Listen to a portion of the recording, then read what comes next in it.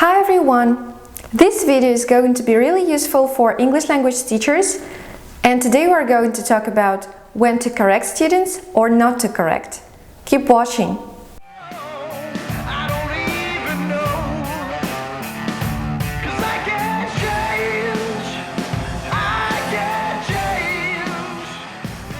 Hey, English language teacher! Have you ever counted how many times you correct student when he is speaking? So, probably 5 times, or 10 times, or even every word. Observe yourself during the lesson and see how many times you correct your student when he is answering the question or when he is doing the oral activity. Let's talk about activities which you're doing during the lesson.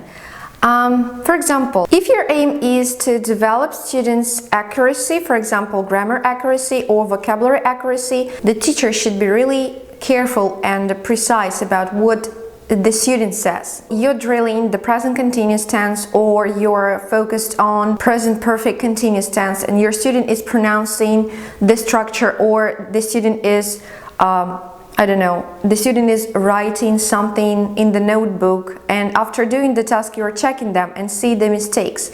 So this is the focus on grammar accuracy. The grammar accuracy activity provides the students with the activity when the student practices, for example, the meaning, pronunciation and the form.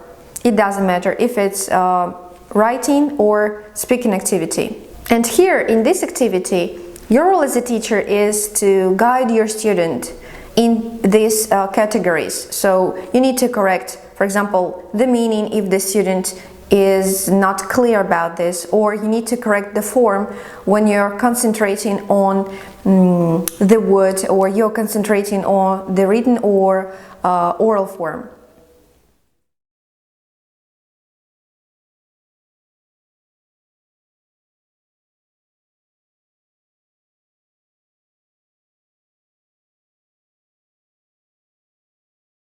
Moreover, you need to concentrate on the pronunciation. For example, if the student is producing this grammar structure and the focus is on accuracy, you need to correct the pronunciation. That's a good idea here. The next step is fluency. If the aim of the activity is to develop students' fluency in speaking or writing, do you think here you need to correct or not?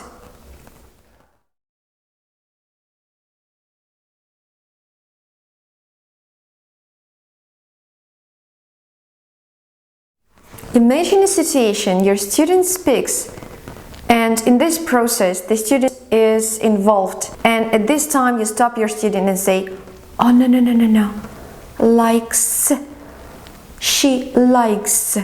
You don't say she like, because that's the third singular form.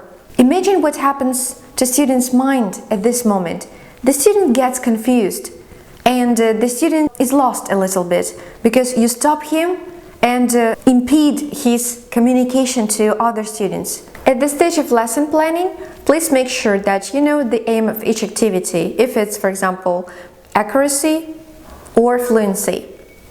Why I'm telling you not to correct during the, for example, speaking or writing activity when the aim is fluency? Because you get your students confused. You interrupt their speaking and they're not able to produce long structures.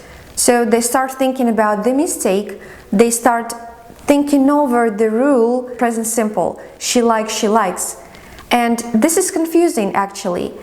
You need to remember, when the aim of the activity is fluency, you do not correct student immediately or during the student speaking or writing. It's better to accomplish delayed correction. For example, you're monitoring, you're making some notes, and after this activity, you display the mistakes on the board, for example, meaning or form mistakes. It's more comfortable to correct students rather than correcting them during their speaking and during their answer. Let's practice now. You'll see some situations, study them, think carefully what the aim of this activity, and if you correct here, if you accomplish immediate correction here or delayed correction here. So, in the comments below, write numbers and write answers. I correct, or I do not correct. And later we'll discuss it with you in the comments. I'll post the correct answers.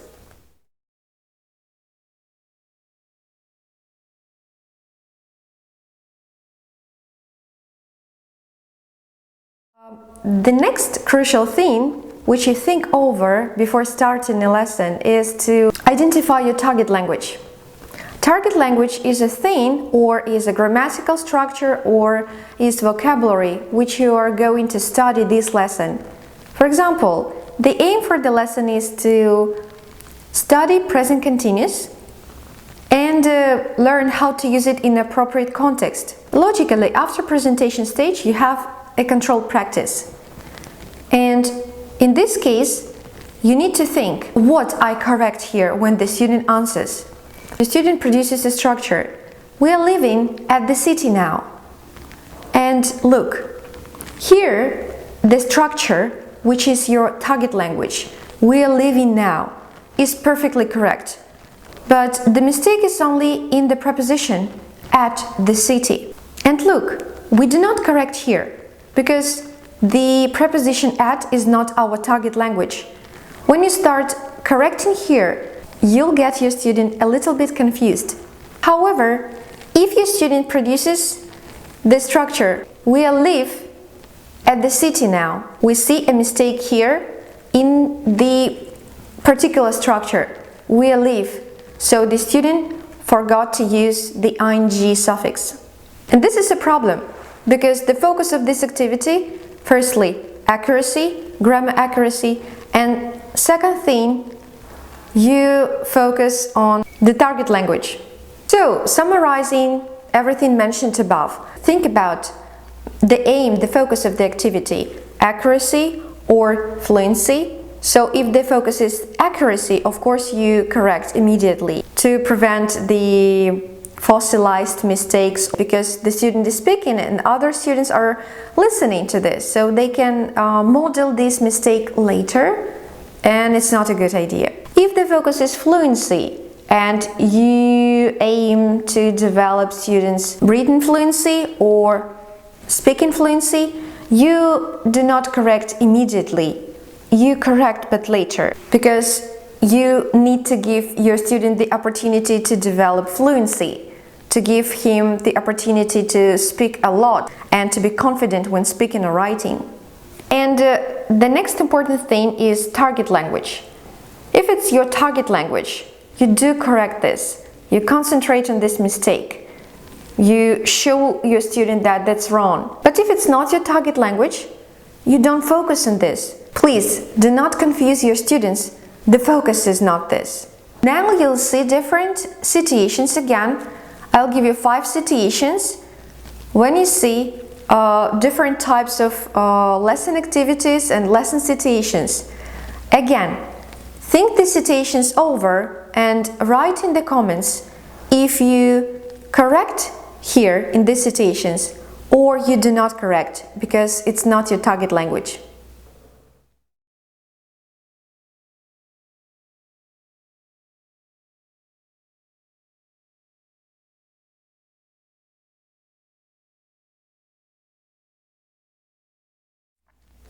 I hope the video was really useful for teachers who are teaching in the classroom or teaching online. That's a crucial skill for ESL teachers because it gives your students the opportunity to be more relaxed and calmer. In addition, it will give you opportunity as a teacher to control the lesson in a correct way and to concentrate on the aim of the lesson and not other unnecessary things during the lesson. Subscribe to my channel and see you next lesson. Bye!